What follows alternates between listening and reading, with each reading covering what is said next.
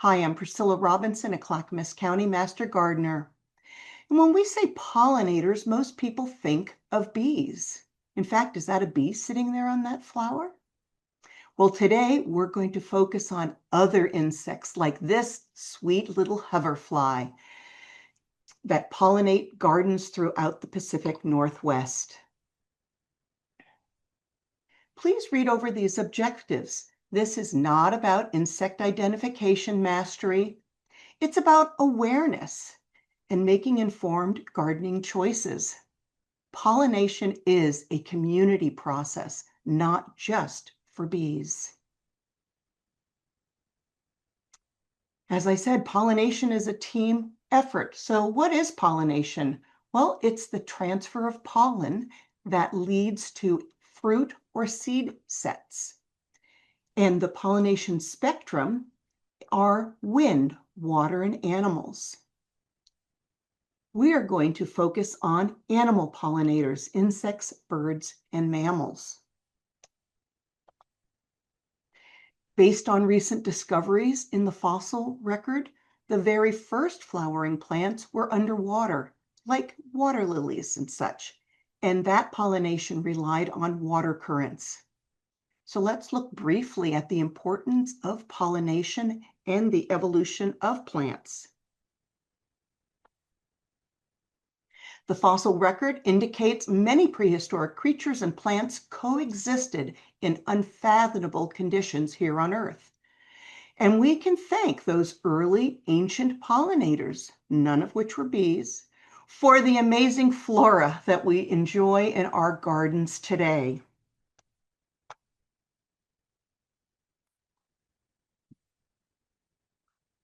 Here's a thrip that has been found with pollen and specialized hairs, and it was found in amber.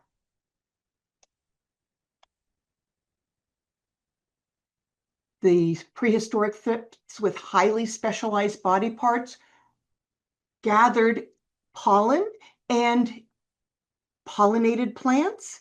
But you know what? In return, they got pollen for food and thus survival. They were rewarded by their work as a pollinator.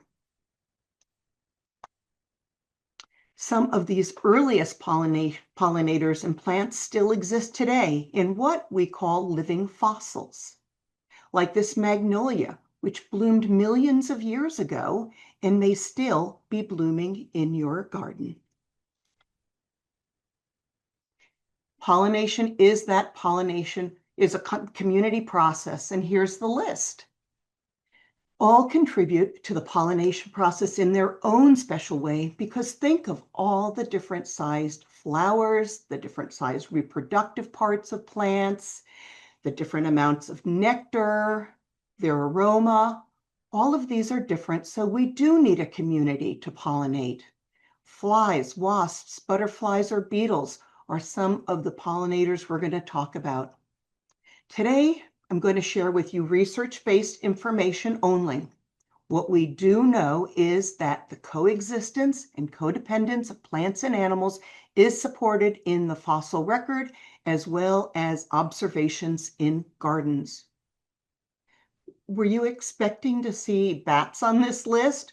Well, bats in Oregon are not pollinators because they are insectivores.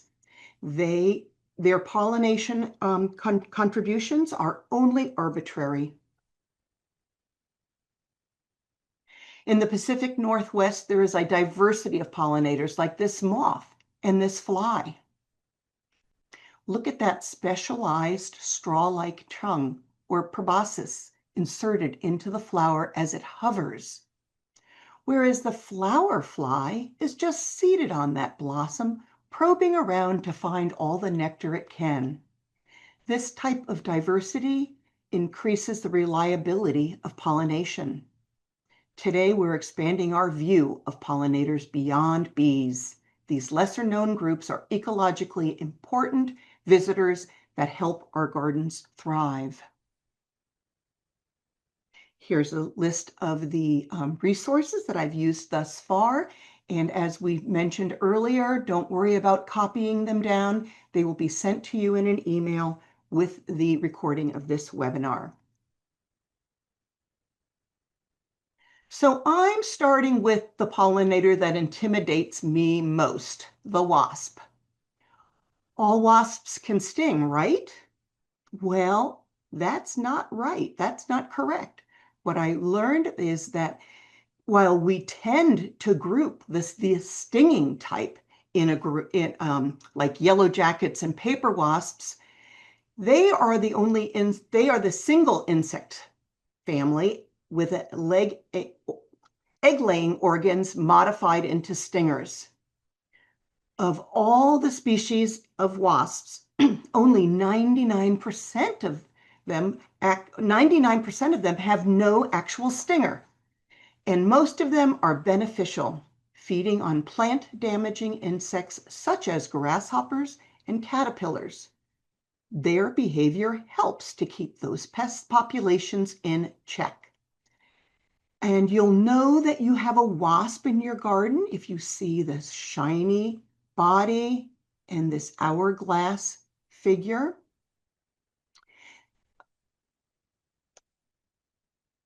And do I say that wasps are kind of cute? Look at this one sucking nectar from the flower. Should we have a change of heart about wasps? Well, the gentle solitary wasp, that's the cute one I was talking about, are build underground tunnels, and they're not aggressive unless you're handling them. So think twice before acting meanly against wasps. Be more of a habitat host and provide food and housing, some flowers, and some open space in the garden so these solitary wasps have an opportunity to tunnel and lay their eggs. In the Pacific Northwest, we are home to the great black wasp, mud dauber, and thread-waisted wasp.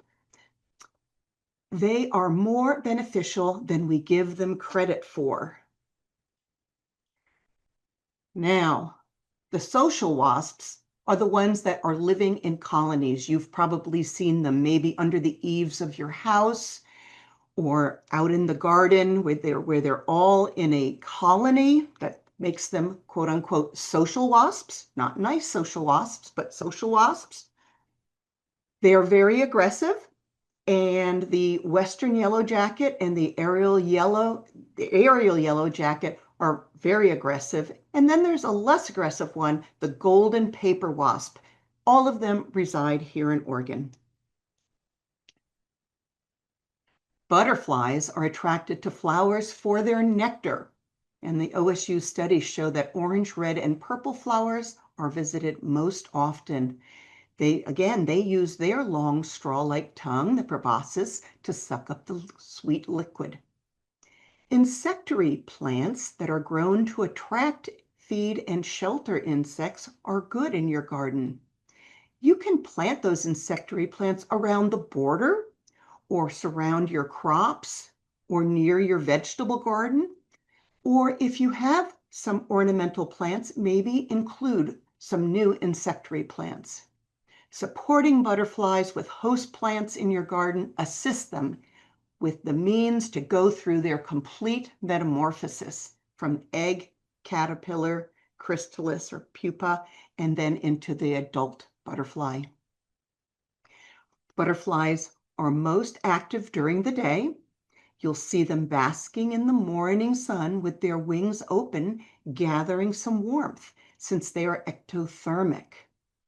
They rest at night, sometimes nestled in a flower.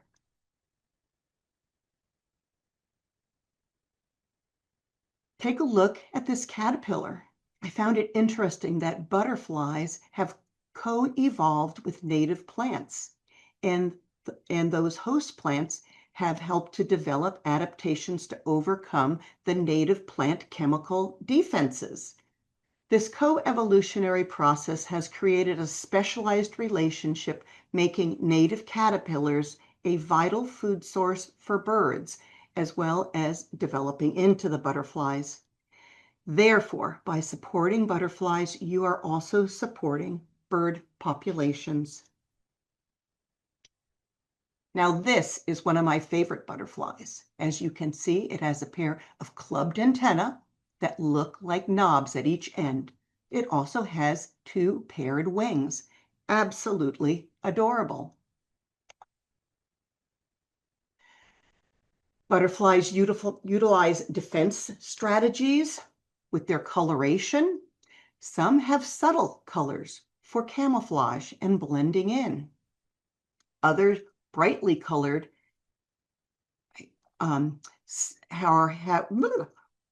other brightly colors also have signs of signal toxicity or just mimicry, just looking like a toxic species. Whether toxic or not, or just pretending, they are less attractive to the predators. In this particular photo, you get a good look at the 6 legs, the clubbed antennas, the mouth part there drawn in. Now let's take a look at moths. Moths' overall appearance is somewhat different. Take a look at those feathery antennas up there, flatter or fuzzier wings and a body. A dead giveaway of the moth is that it is active at night and they can be swarming at light sources. Many moths are just as pretty as butterflies, but don't make me choose. So moths are nocturnal pollinators. They pollinate at dusk or at nighttime. If you are only observing your garden during the day, you will miss a part of the pollination process.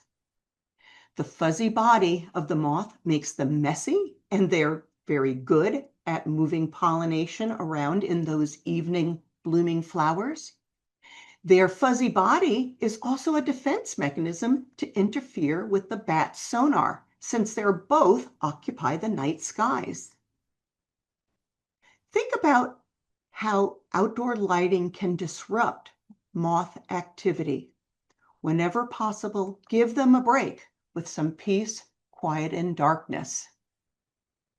In fact, that nocturnal behavior evolved to avoid birds and other daytime predators. Moths use their strong sense of smell to find blossoms. White flowers are most visible to the moth at night.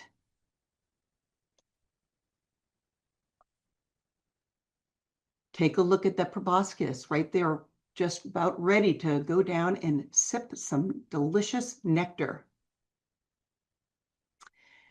The moth's ability to hover over flowers and to travel very wide ranges makes them a valuable insect for your flowers and crops. Like the butterfly, it's imperative to provide host plants or nesting areas where adult moths can lay eggs and provide food for their young. Think back to the story of the very hungry caterpillar. It's very interesting. During their metamorphosis process, I never thought about this, but found it in research, that moths spend most of their time as a caterpillar. We're talking a lot about feeding the adults, but actually those young really have a need for food and shelter in your garden. So it's very important. The native plants are going to be the best for the moths, but you can include some annuals or exotics if you want to try and extend the blooms in your garden. Find a balance of flora for the butterflies and the moths. Beetles can be beneficial in our Oregon flower and vegetable gardens. Oregon lady beetle, Western tiger beetle, the California ground beetle, they all eat aphids, slugs, and caterpillars. That's a good thing. The flower scarab beetle, unlike many other beetles, actually is a pretty good pollinator in that they're feeding on pollen and really getting deep into the flowers. Some beetles, however, can be a pest, like this cucumber beetle. They were a menace in the cucumbers, squash, and green beans last summer. Beetles were some of the earliest pollinators, and their shape hasn't changed much. That makes them a living fossil. Take a look at this Oregon stag beetle on the right. Looks pretty ancient, doesn't it? Beetles tend to visit open bowl-shaped flowers and move the pollen, usually by accident. They utilize scent driver foraging to find their food. Damage is usually cosmetic and not harmful to plant reproduction. So how much tolerance could you have for a beneficial insect in your garden like the beetle? Flies are often overlooked for their benefits as pollinators. Flower flies, also called hover flies, they mimic bee behavior as they travel in and around the garden. During their adult stage, they are important pollinators, and they're visiting flowers to consume pollen and nectar. They are considered generalists as they forage. They can be seen on both native and non-native forage plants. They have the ability to travel farther distances and are especially active in the cool spring weather when other pollinators haven't emerged yet. This fly is very petite. It's sipping nectar in a single snapdragon bloom. So how is your hoverfly IQ? To actually identify your hoverflies, you'll need to go through some process of elimination. And you should do this out in your garden when you're trying to figure out who is visiting. So, hoverflies are known for stubby antennae. Hoverflies do not methodically carry pollen. Hoverflies are not overly fuzzy. Hoverflies have single wings. So I'm guessing you've narrowed it down to this one. Yeah, it's not very fuzzy. I don't see any pollen. But what about the antenna? Haha, this is the cute hoverfly on the yellow flower. Not only does it have a single set of wings, but look at those little tiny stubby antennae. That's them up there. And whenever you're looking at flies, look at those big, big eyes. Flies are important pollinators and are capable of wide swaths of pollination. In this chart, it shows the different species of hoverflies found in Portland and Corvallis gardens. They were observed to be very busy and visiting many different flowers.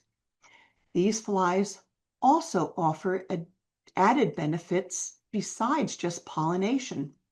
In fact, 5 out of 8 of these species collected have larval stage predators. So these yellow dots, all of these hoverflies are going to give you the benefit of being a predator in your garden. 2 of the 8 were decomposers with the white dots. And the last is an herbivore in its larval stage. So what does that mean for the home gardener? Well, basically, in their juvenile stages, they can offer gardeners other beneficial services like pest control, since their larvae often feed on common garden pests. Hoverfly larvae provide natural pest control. Gardens that support flies often have seen fewer outbreaks of aphids. That's a good thing. So keeping a healthy hoverfly community may just reduce and perhaps eliminate the need for insecticide applications, while also providing pollination and decomposition services in the garden. Hoverflies are a very important insect to support in your garden. Hummingbirds are pollinators that may frequent your garden. In the middle photo, I've captured a hummingbird as it sipped some nectars from my planter. This particular hummingbird is most likely a female due to the dull coloration. Males are much flashier and bright and iridescent. I also put some scarlet runner beads in my garden. Not only were they pretty for me to look at, but the hummingbirds absolutely loved them. In the diagram, you can see how the head of the hummingbird can get doused in pollen as it probes the flower for nectar. Look at that long tongue that the hummingbird has. The hummingbird insect-like flight allows them to hover, move up and down, forward and back. They twist their upper arm bones to invert the wing and to gain lift from the strokes upward as well as downstrokes. That gives them all that mobility. Provide secluded perches for hummingbirds so that they can hide and rest and conserve energy. In the evening, they drop their metabolism by as much as 95% just to save that energy. An interesting fact about hummingbirds is that they're only found in the Western Hemisphere from South America up to North America. And Anna's hummingbirds are year-round residents here in the Willamette Valley. Seasonal Portland visitors in the spring and summer include the rufous and the black-chinned hummingbirds. The U.S. Forest Service advocates for the safety of hummingbirds in your garden. So please keep your cats indoors. There are additional pollinators. In fact, many of them are a nuisance in and around the vegetable and flower garden. Ants most likely are the most efficient of the pollinators on this slide. Their pursuit of nectar takes them deep into the flowers. How many times have you picked flowers from your garden, placed them down on the counter, and you find a trail of ants crawling out from all the petals? Mammals are the other pollinators that may make regular visits in your garden. They're looking for food and shelter.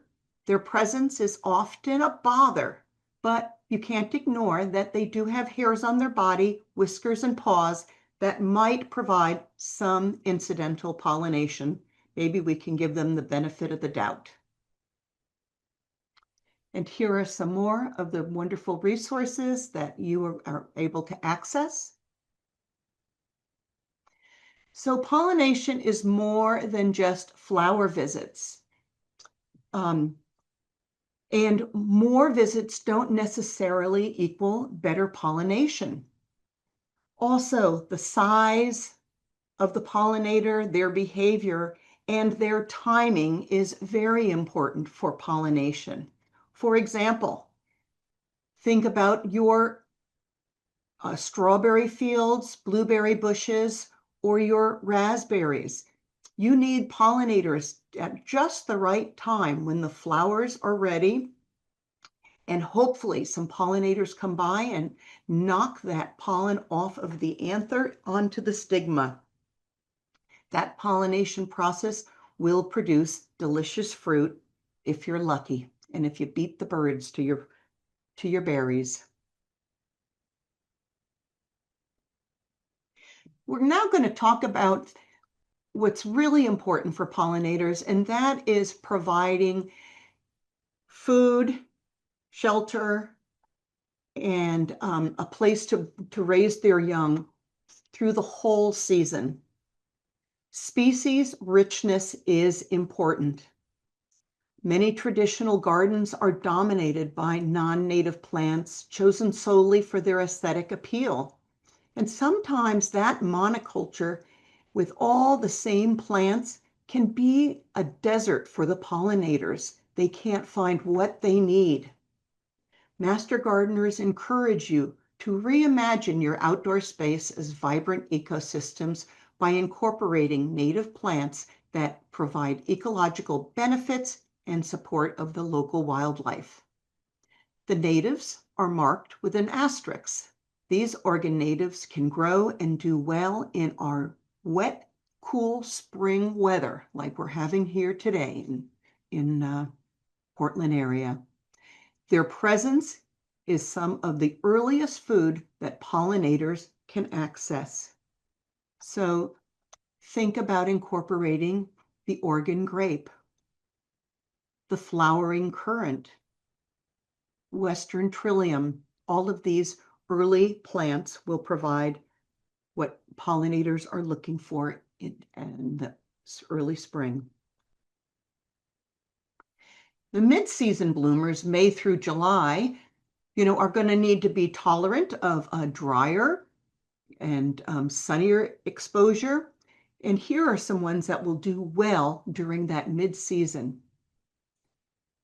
They will attract lady beetles, butterflies, and even birds. And if you don't have a big garden area, what about supporting pollinators in the summertime with a nice planter, a nice assortment of textures to provide the pollinators food and shelter?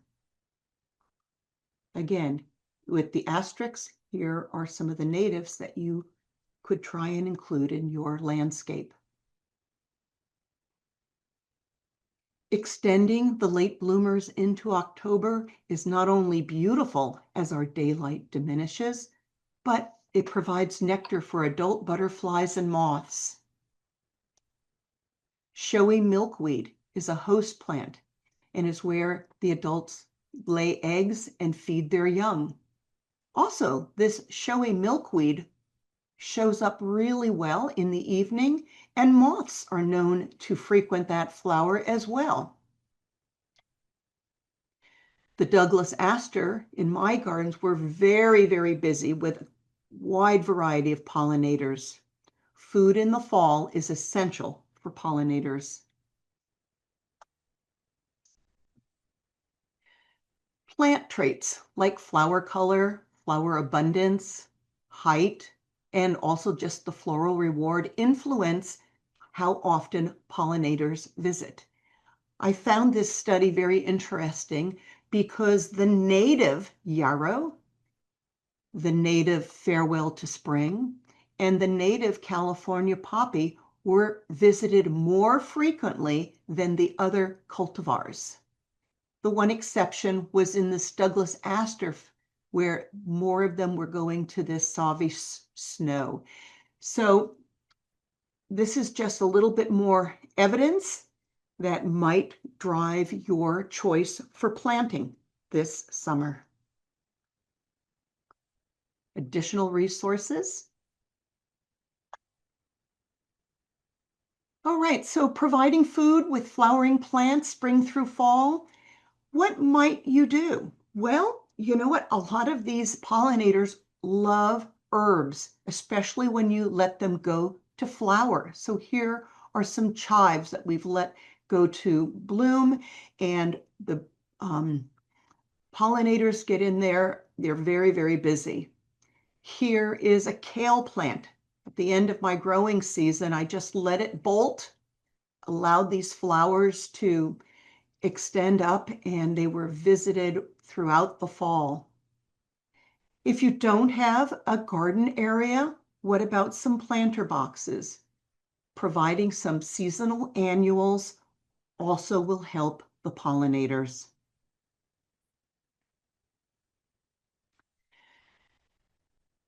Some additional action that you can take is to provide larval habitat.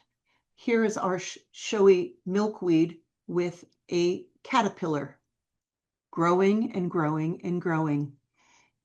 The host plant species serve as food source for the butterfly caterpillars, such as the milkweed for the monarchs or this parsley for swallowtails. The plant supports the entire life cycle of butterflies, not just the adult stage. Leaving some leaves and hollow stems out in your garden will also benefit and give larval habitat to pollinators. Gardens that are too clean can reduce the good insect population. Reducing lawn areas and adding wilder or rustic features can make a difference. Look at just leaving some leaves is super helpful. And here is a log set aside, and it is host to many micro habitats. Biodiversity and resilience. This is the key. The richer species we have is going to help our biodiversity and resistance. So leave the leaves in the fall so the moths and butterflies can overwinter in that leaf debris. Clean up those leaves in the spring only after 2 solid weeks of warm weather to allow them to emerge. How about locating a little brush pile around some other shrubs? And that will help all sorts of the pollinators. Giving moist spots near compost or decaying vegetation can also support the entire life cycle of the hoverfly. Having some aphids in your garden help to feed those the larvae. So what is your tolerance for that in your garden? In your garden design, aim for food and resting spots for these non-pollinators. You might choose open flowered plants. You might plant for continuous bloom. Over here, the Helleborus in my garden starts to bloom in mid-January. This Oregon state flower, the Oregon grape, provides food for those very early pollinators. And then as you proceed into the spring and summer, provide these open landing spots. Examine the diversity of these flowers and plants. They have different shapes, different sizes. All of that matters for all the different pollinators. So garden management practices that are going to help include pest management, reducing disturbance, and a nesting habitat. This master gardener's garden is a yard with an oasis of calm and beauty for the visitors. And I'm talking about the wildlife. From the ground up, look at the different layers of flora that will provide food, shelter, and nesting throughout the year. This is a great example of a side yard that's been utilized to provide blooms all year long and support pollinators. Pesticide impact. Many people equate pest management with just pesticides, and I'd like to start with showing you the impact of that action. Insecticides harm pollinators directly or indirectly, as shown in this wonderful diagram from OSU. Spray can either be topically added to the plant or go in with systemic, going in through the roots. So what is that impact? They can have a direct topical exposure. They could be hanging out in that tree and get sprayed. They're dead. Indirect topical exposure. The spray's on the leaf, a pollinator flies by, lands on the leaf, exposure, and a pollinator's dead. The systemic actually goes in and infiltrates the flowers. So what happens to the pollinator when it comes looking for pollen and nectar? You can guess, it's dead. This can also drift into hives or ground nesting bees, causing terrible problems, including contaminated nest materials and water contamination from the runoff is also impactful for pollinators. And the effects on the larva through contaminated nectar and pollen and cell material, you guessed it, those larvae are not going to develop and grow. They're going to be dead. Now, let's take a look at what master gardeners recommend for your pest management. Integrated pest management. Does it sound familiar? IPM? Well, this is an approach for managing pests using a variety of safe, sustainable, and effective tactics. IPM focuses on the long-term prevention of pests or their damages by managing the garden environment. It uses an overall strategy that goes beyond controlling one type of pest as well. So as I said, it's a whole cycle. So I guess the first thing is you're going to notice that there's a pest. The first thing you want to do is identify that pest. Don't go for the spray. Identify that pest. You can do that looking on many sites on our OSU and Master Gardener sites, but you can also take a photograph and send that information to our extension office. We have talented master gardeners who can help you assess and figure out what type of pest you have. The purpose of, okay, and so then the next thing is you want to monitor, you want to assess how many pests do I have? Was it just a one-off and you don't have to worry about it? Or is there a large population?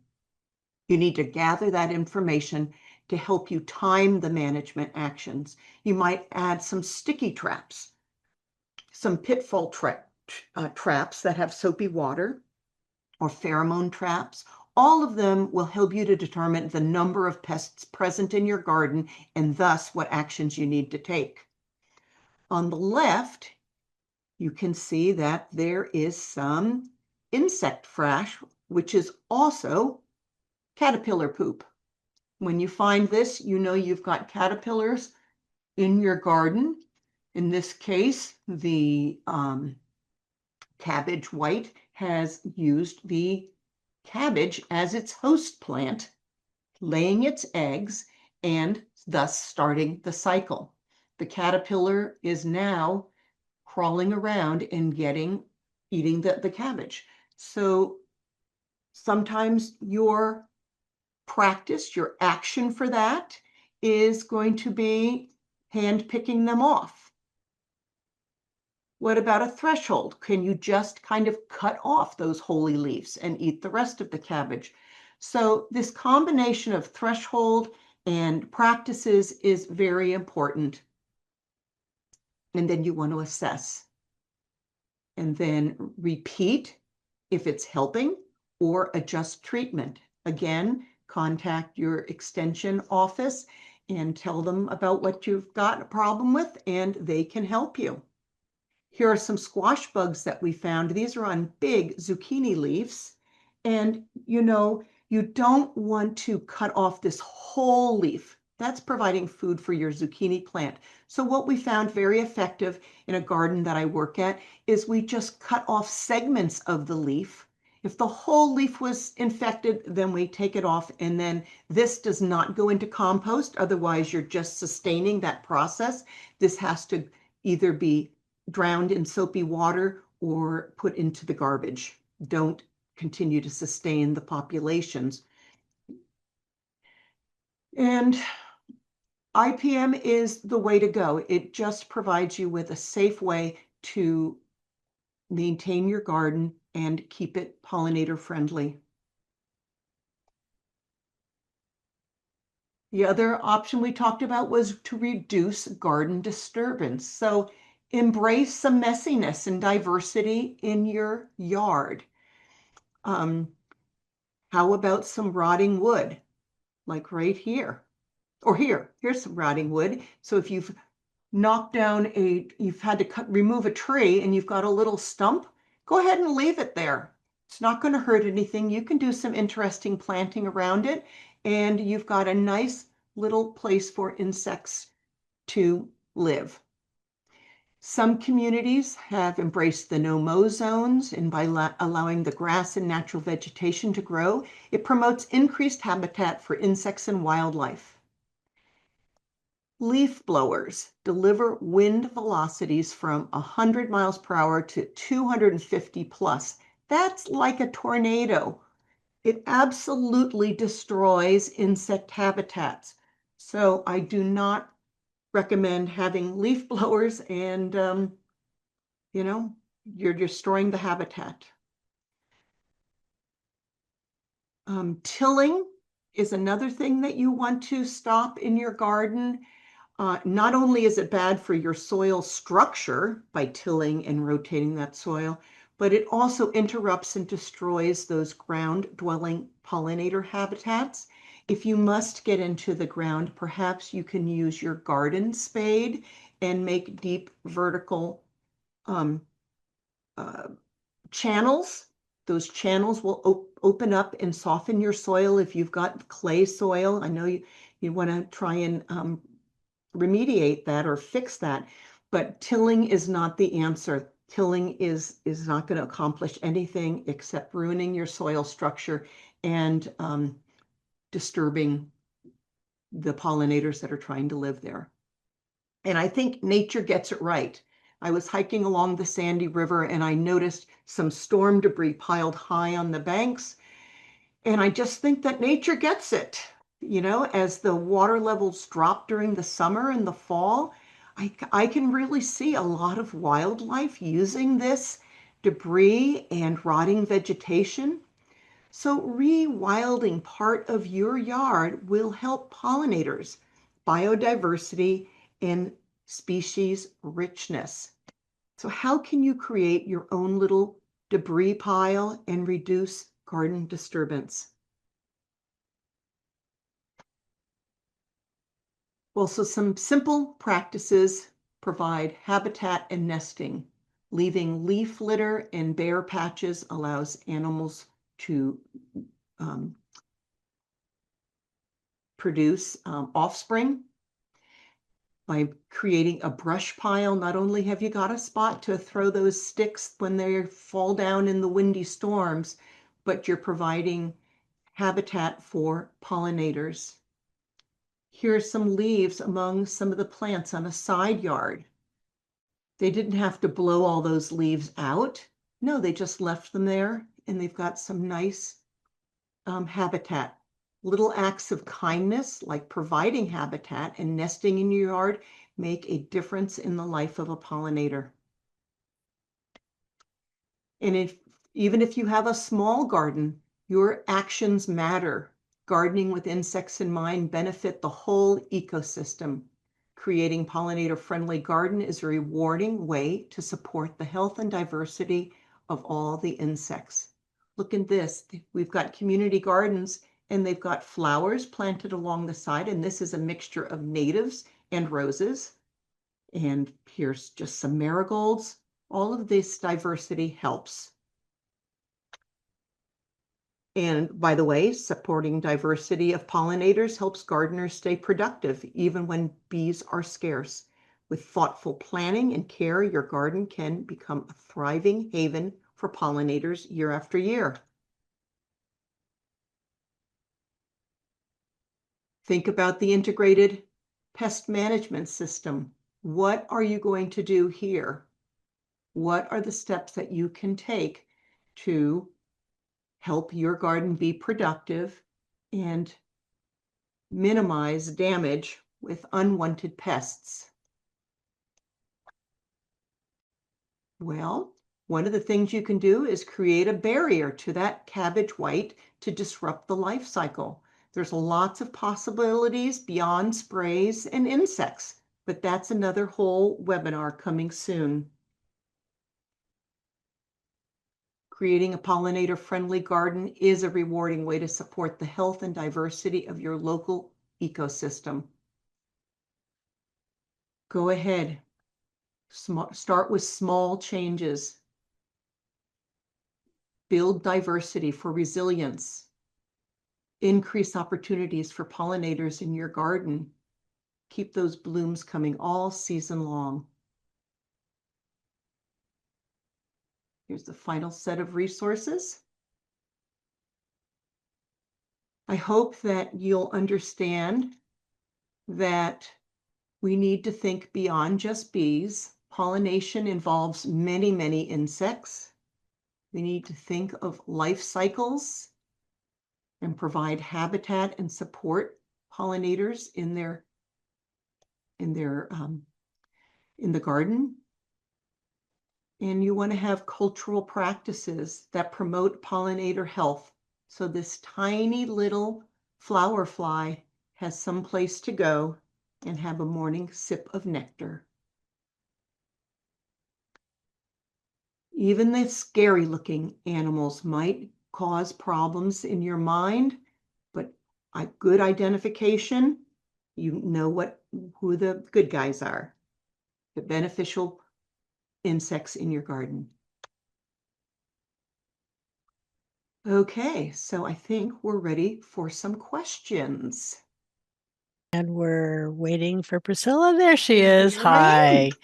Boy, that was so fun. There's just so many different ways that pollination happens that we don't usually think about. So thank you so much for that. I do have a couple of questions. And I want to go back to one of the questions was about the cabbage white butterfly, and they lay eggs on the broccoli and the cauliflower. And they want to know if that's good to have in your garden. So, can you talk a little bit about the balance between, you know, providing caterpillars for birds and providing broccoli and cauliflower for your table? Haha. Well, I think it's all about tolerance. If you can, by the way, those caterpillars that are in the cabbage and in the broccoli, they're really deep and embedded. There'd have to be a very persistent bird looking for Okay. those. But I think you just have to develop a certain amount of tolerance. You're growing home cabbage, home broccoli. It's not going to look perhaps like what you see at the supermarket.